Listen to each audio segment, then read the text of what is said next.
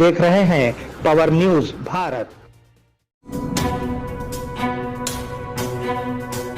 चलिए नजर डालते हैं 7 मई 2024 की अहम सुर्खियों पर।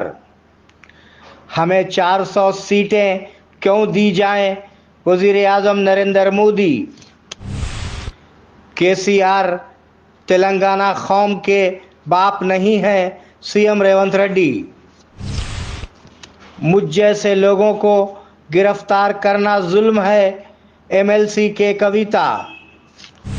इमदादी कीमत में 3 गुना इजाफा, कांग्रेस पार्लिमानी उम्मीदवार जीवन रेड्डी।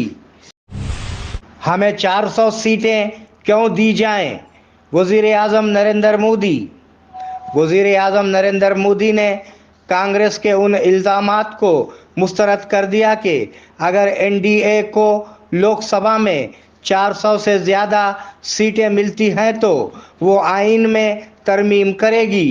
कांग्रेस को आर्टिकल 370 को बहाल किए बगैर अयोध्या राम मंदिर पर बाबरी ताले से बचने के लिए 400 सीटों के साथ जीतना चाहिए।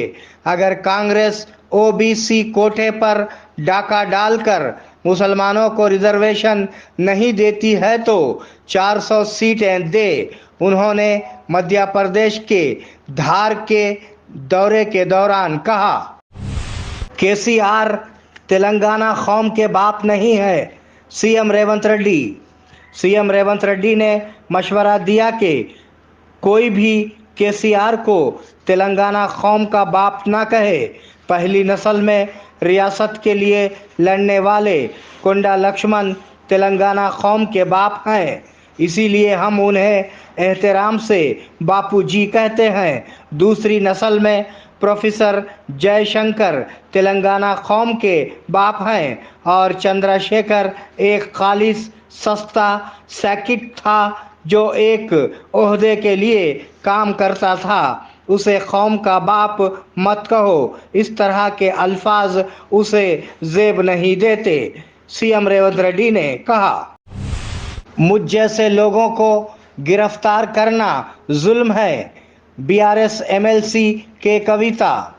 बीआरएस एमएलसी के कविता जिन्होंने दिल्ली की राउस अयोनियो कोर्ट में समात में शिरकत की ने अहम तबसरा किया। समाज मुखालिफ सरगर्मियों में मुलविस जेडीएस लीडर प्रज्वल रेवाना को मुल्क भर में भेज दिया गया। मुझ जैसे लोगों को गिरफ्तार करना खौफनाक है। सबको इस मामले पर तवज्जो देनी चाहिए और अदालत ने के कविता के जुडिशनल रिमांड में इस माह की 14 तारीख तक तवस्सी कर दी है।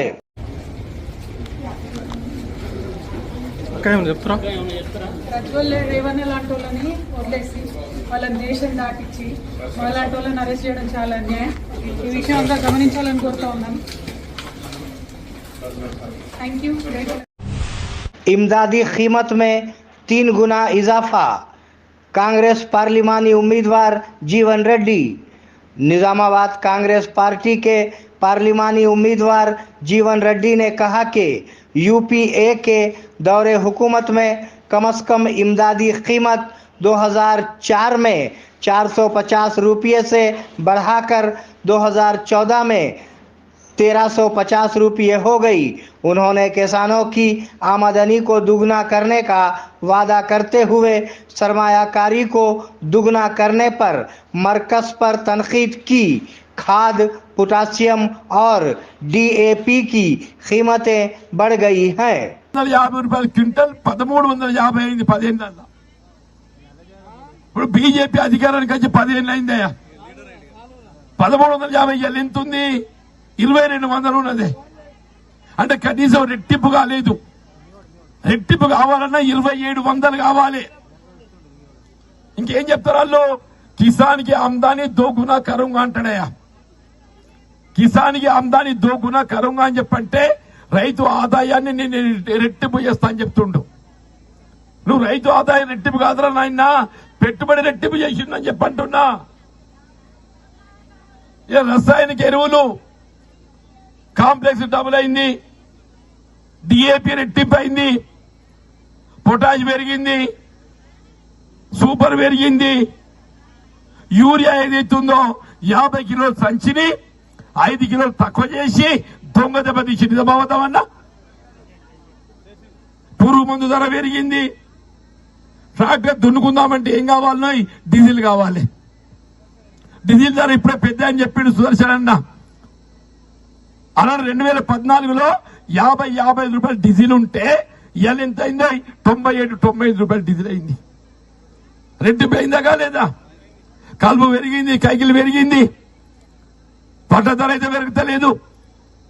నేను చెప్తున్నా, దేవుని దయ వల్ల మీ అందరి మద్దతుతోని నేను పార్లమెంటుగా ఎంపీ కావడము, రాహుల్ గాంధీ గారు ప్రధానమంత్రి కావడము, వరి ధాన్యం ఏదైతుందో 3000 రూపాయలు క్వింటల్ చేపితే బాధ్యత 3000 రూపాయలు అంటూ నేను అప్పుడు కానీ గిట్టుబడి కాదని చెప్పంటు నేను అనొచ్చు. నువ్వు ఎంపీ మాగెళ్తావు కానీ పిడాత దేశంలో కాంగ్రెస్ రాకుంటే ఎట్లా అని చెప్పాను. అదేం కూడా ఫిగర్ పెట్టుకోకండి. దేశంలో పిడాత కాంగ్రెస్ రాకున్నా గానీ మా సుదర్శన్ అన్న చెప్పిండు, వరి ధాన్యానికి ఏది ఇస్తుందో మీ క్వింటల్కు 500 రూపాయలు బోర్డు తిప్పిస్తా అని చెప్పిండు. 500 అంటే ఎంత అవుతుంది? 2200 500 కలిపితే ఎంత అవుతుంది? 2700 అవుతుంది. ఇక తక్కువ ఎంత? 300 కదా. ఆ 300 మంది నేను కొట్లాడతా, ఆ 300 మంది నేను కొట్లాడతా. అంతేకాదు, ఇలా వరి ఎక్కడికక్కడికే ఉంది. చక్కెర ఫ్యాక్టరీ వస్తే మనం వాణిజ్య పంట మనకు కొద్దిగా గిట్టుబాటు అవుతుంది.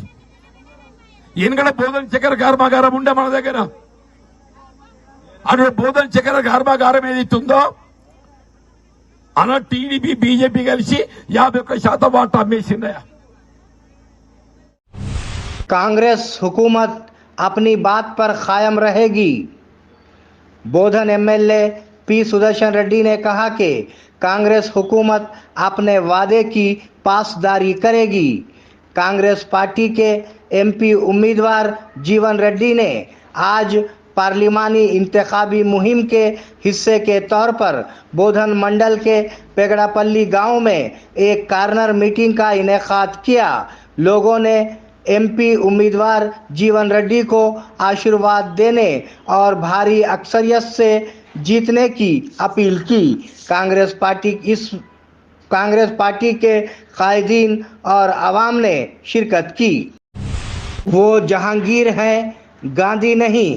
एमपी उम्मीदवार अरविंद। बीजेपी एमपी उम्मीदवार धर्मपुरी अरविंद ने सनसनी खेज तबसरा किया है कि राहुल गांधी का खानदान, जो गांधी खानदान होने पर फख्र करते हैं, वो गांधी नहीं है, वो जहांगीर हैं। उन्होंने आज निजामाबाद में बीजेपी के दफ्तर में मीडिया से बात की। उन्होंने कांग्रेस पार्टी के कायदीन पर 2 साल कबल एक इंटरव्यू में किए गए तबसरों को तोड़ मरोड़ कर गंदी सियासत करने पर तनकीद की।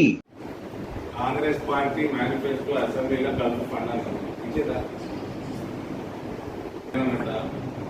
मళ్ళీ గల్ఫ్ కోడ్ సంగతి అలా నేషనల్ మేనిఫెస్టోలో లేదు.